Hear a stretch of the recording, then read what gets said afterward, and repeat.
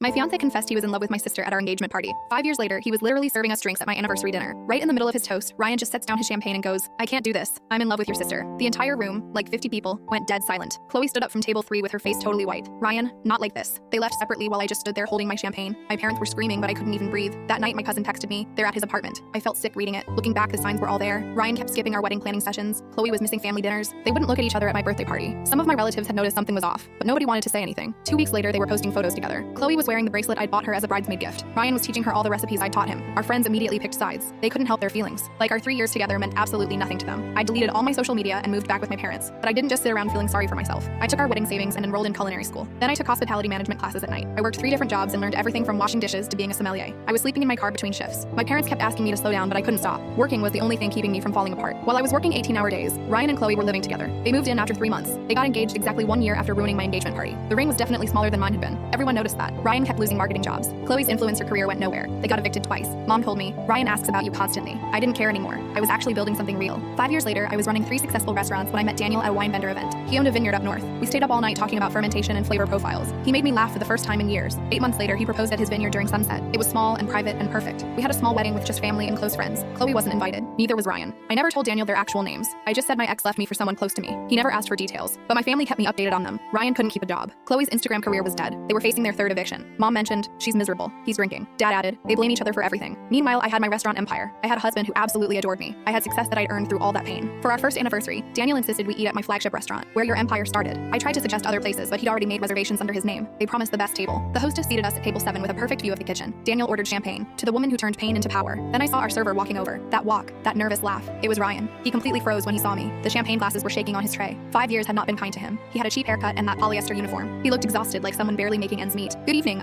his voice cracked. "I'll be taking care of you tonight." Daniel didn't recognize him, but Ryan definitely recognized Daniel. Our wedding announcement had been in the business section, the vineyard acquisition. Everyone talked about us as this power couple. I watched him swallow hard. "Would you like our specials?" His hands were shaking holding the tablet. Daniel ordered everything expensive. The Wagyu, the wine pairing, the full 7-course tasting menu. All the things Ryan could never afford on a server's salary. For 2 hours, Ryan had to serve us. He refilled our glasses. He cleared our plates. He asked if everything was prepared to our liking. He watched Daniel kiss my hand. He listened to us laugh together. He saw the Harry Winston anniversary band that cost more than he made in a year. I could see him doing the math in his head. He'd only been working there 2 weeks. The restaurant had changed ownership 6 months ago. He hadn't known it was mine when he applied. Nobody mentions the owner's name during server training. Now he was trapped. When Daniel went to the bathroom, Ryan lingered at our table. "The restaurant. I didn't know it was yours. I didn't say anything. Started here last week. Needed anything. Still nothing from me. Chloe left me. Said I lacked ambition." His voice was breaking. I think about that night constantly. What I destroyed. Daniel came back and mentioned casually, "My wife owns this place. Building quite the empire." Ryan nearly dropped our dessert. "Congratulations," he whispered. When the check came, I signed it. Tips included. He stared at the amount. It was more than he'd make all week. A week later, my manager mentioned Ryan had quit. No notice. He just disappeared. Chloe was engaged to some dentist now. She texted me once wanting to talk. I deleted it.